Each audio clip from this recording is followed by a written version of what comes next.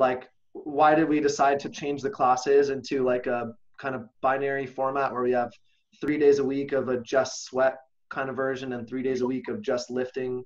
So maybe we can get into that as well. Yeah, I think this is a really good point. There's, especially when we have new people come to the gym, they're typically, we never really see someone who's can't do one or the other, but it's really difficult to start with both conditioning and strength. So You mean in the same hour-long session, or what do you mean?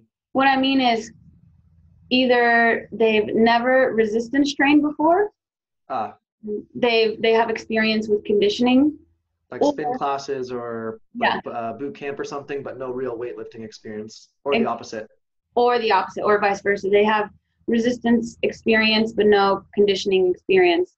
So with that being said, people who have kind of lifted in the past or were some sort of athlete in high school or college, um, their body remembers how to move, and they are more successful on starting with these just lift days as they transition into wanting to have longer conditioning pieces and stuff like that.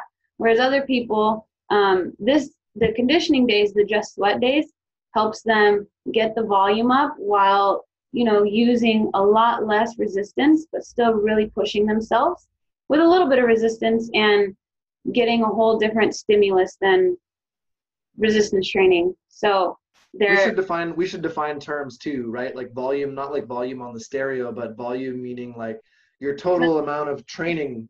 Yeah, the amount of repetitions and the amount of movement we're doing and the amount of different types of exercises we're doing. Because on just lift or on just sweat days, we're doing a lot of reps and a lot of different things too.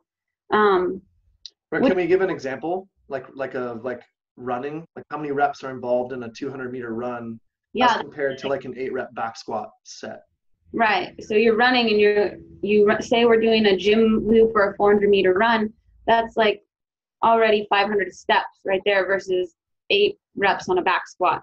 And we've been talking about too how important it is to resistance train with these other things because full range of motion is just so important.